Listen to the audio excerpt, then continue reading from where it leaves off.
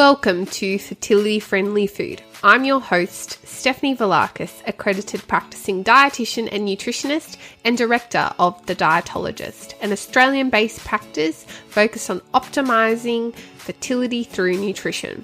This podcast will bring you snack-size episodes for you to learn, grow, and be inspired by the latest research, facts, and practical lifestyle tips about eating well for optimal fertility, helping you cut through the confusion and myths to take back some of the control on your fertility journey, one bite at a time.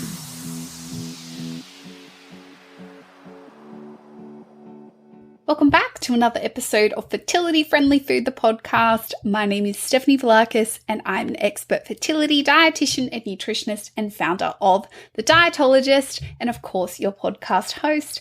And I've had the absolute honor of supporting thousands of people from around the world support their bodies and minds using diet and lifestyle on their preconception and fertility journeys. If you'd like to find out more about how we can support you here at The Dietologist, we're a virtual clinic. There are links in the show notes below for you to connect with us, and I'll be making a little special announcement very shortly. So this episode, we are unpacking a common dilemma many of you will be familiar with, and I thought it was the perfect follow-up episode to last week's episode where we discussed letting go of perfectionism. So if you haven't already, make sure you go back and tune into that episode first before popping back over here. Otherwise, you probably won't have quite enough relevant context for us to get into this episode. But before we do get into this episode of Fertility Friendly Food, I just want to remind you that on August 1st, 2022, we are relaunching Fertility 360 for round 2. This is a first of its kind global digital 4-week program designed to walk you through the 4 key areas of preconception preparation: medical, nutrition, exercise, and psychology, each led by experts from each area. We guide, support, and teach you so you can feel prepared and confident for conception using our signature 360-degree approach. It's open to everyone from around the world, so if you're thinking about trying to conceive in the next 3 to 12 months and want to be proactive about your fertility and future baby's health, then this is for you. Drop your name below on the wait list to receive exclusive bonuses and also be the first to know when doors open. All right, let's get into today's episode. I want to paint a bit of a picture for you. Now, you decide it's time to make a baby, however that looks for you. Maybe it's donor sperm, IUI, or IVF with your eggs to pursue single motherhood by choice. Perhaps you're in a same-sex relationship and you're using donor sperm or reciprocal IVF, or you decide to just stop not trying with your male partner. It's exciting times. Perhaps you're feeling excited at the possibility of growing your family and it could take a little bit of time to happen, but that's okay. You're prepared and you're ready. Then you start going into research mode, like any responsible parent to be. After all, if you're going to research the best pram, the best car seat in the not too distant future, you should be looking at what the best prenatal vitamin is, the best kinds of exercises to do, what to avoid, what to eat, what not to eat, how to track your cycle properly so you can time intercourse perfectly to conceive for those that are conceiving that way. And voila. You're in overwhelm mode. This is typically when people stumble across our blog, our podcast, Instagram page, and start to find some clarity and start to unlearn some of the misinformation they've learned along the way and start to find that clarity on their trying to conceive path. But here's the thing. Life doesn't stop when you start trying to conceive. And often, most people, for whatever reason, don't announce to their family and friends that, hey, we're going to start trying for a baby now, because ultimately that generates lots of annoying messages from your mum or your sister or your cousin about whether you got your period or not this month. And if you're not pregnant this month, that is really, really tough stuff.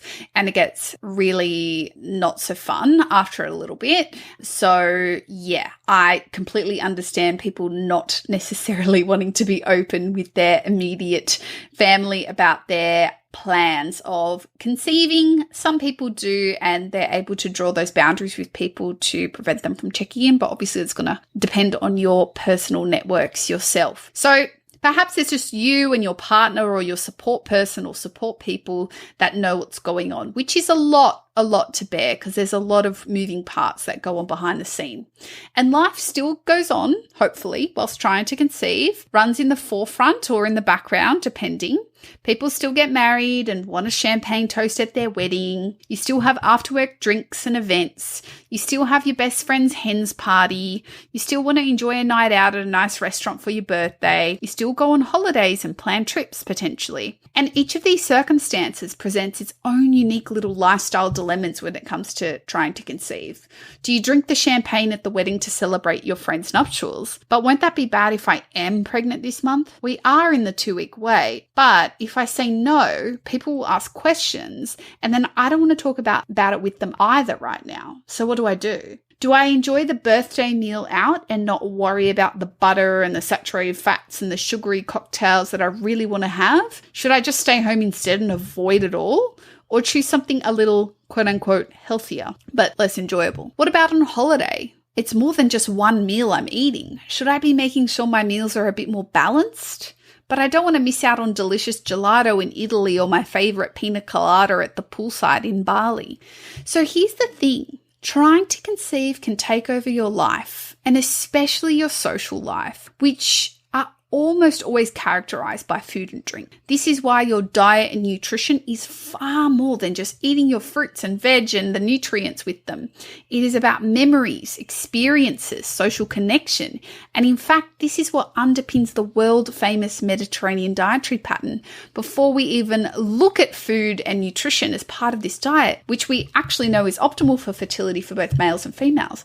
A lot of what the Mediterranean lifestyle is about social connection over food. So should we be living our best social lives every day of the week and weekend and say yes to every drink we're handed and delicious morsel of food that we're given if we're in the throes of fertility treatments or trying to conceive? Well, perhaps not. But we also don't have to say a blanket no to absolutely everything and socially withdraw altogether either. It's all about the grey area, aka the middle ground. I personally hate the word moderation, so I avoid it at all costs, but hopefully you're picking up what I'm putting down. So how do we embrace this all-elusive middle ground?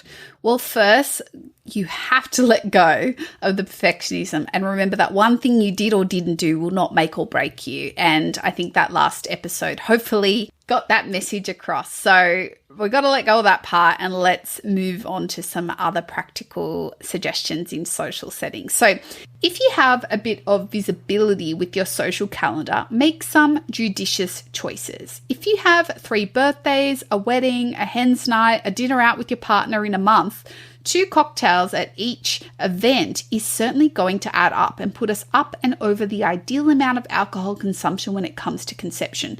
So perhaps you do one of the following. You pick 1 or 2 events you may want to have an alcohol beverage at and enjoy it.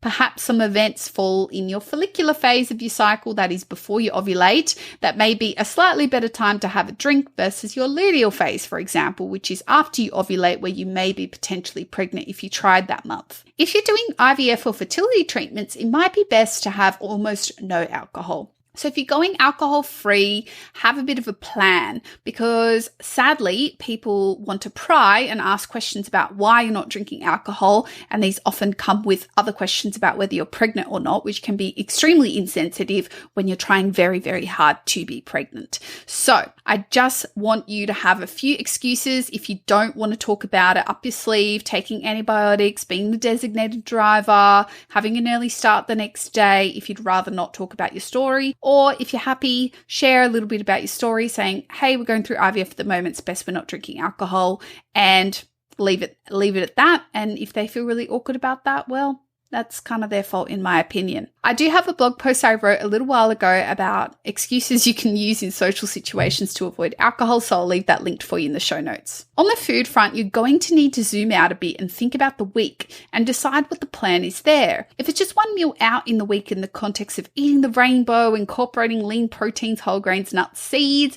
healthy fats, and all the nourishing stuff, then don't sweat the small stuff. If the week has been a bit bumpy with an unexpected work lunch where you didn't get to to choose a restaurant, a stuff it Uber Eats night on a Friday night because you were smashed with work or you just couldn't be bothered. Don't worry, it happens. And then you're at this event and it's going to be canapes and dessert. Then maybe picking up a few supplies to eat a small balanced meal before heading out is a better game plan in the context of that week. Remember, we are embracing imperfection and flexibility.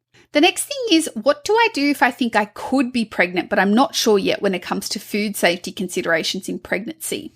As many of you heard in our food safety in pregnancy episode with Kaylee, head on back and listen to that if you haven't already. Food safety is an important consideration, but it won't play a role in the luteal phase in terms of implantation, so don't stress about that. You can absolutely enjoy a few au naturel oysters or even some brie cheese on crackers until you're testing positive on a pregnancy test. Don't forget, we have our Food Safety in Pregnancy Masterclass now available for you to download and watch alongside the e-guide that you can access 24/7 anytime from before you conceive to when you get your positive pregnancy test and you just want to know right away what you need to be worried about, then this is for you. It's been designed by our expert pregnancy dietitian, Kaylee Slater, and she walks you through it all with 1 year's access. And we're also donating some proceeds to Panda, $10 from every ticket sold, to an awesome cause focused on perinatal anxiety and depression support resources for parents and parents-to-be. So I'll leave the link to that below as well. So some of you might be thinking, I have another health goal which affects my fertility and reproductive health, like PCOS or endometriosis or hypothalamic amenorrhea, that influences my food choices. What do I do then? This is tricky, undeniably. Obviously, like any chronic condition, consistency in applying lifestyle strategies is key to long-term outcomes and success, but you still have to live a little too. For some people like myself, I personally know with my endometriosis, if I drink too much alcohol or enjoy too many deep fried foods in the context of a week, my endo is going to arc up with pain and symptoms and bloating, and that wipes me out when it comes to work and other parts of my life.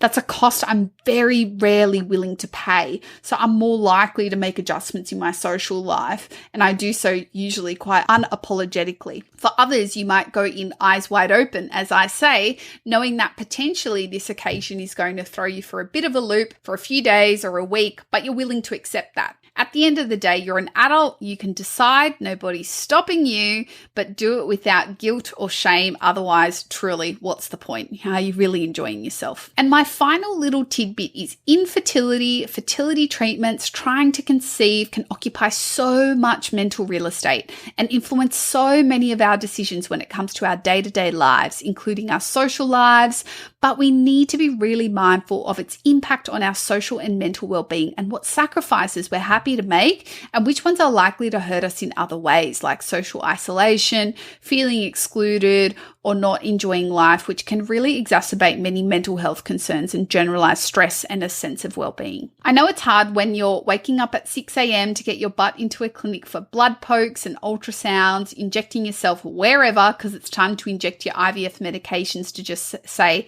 participate in your life as before.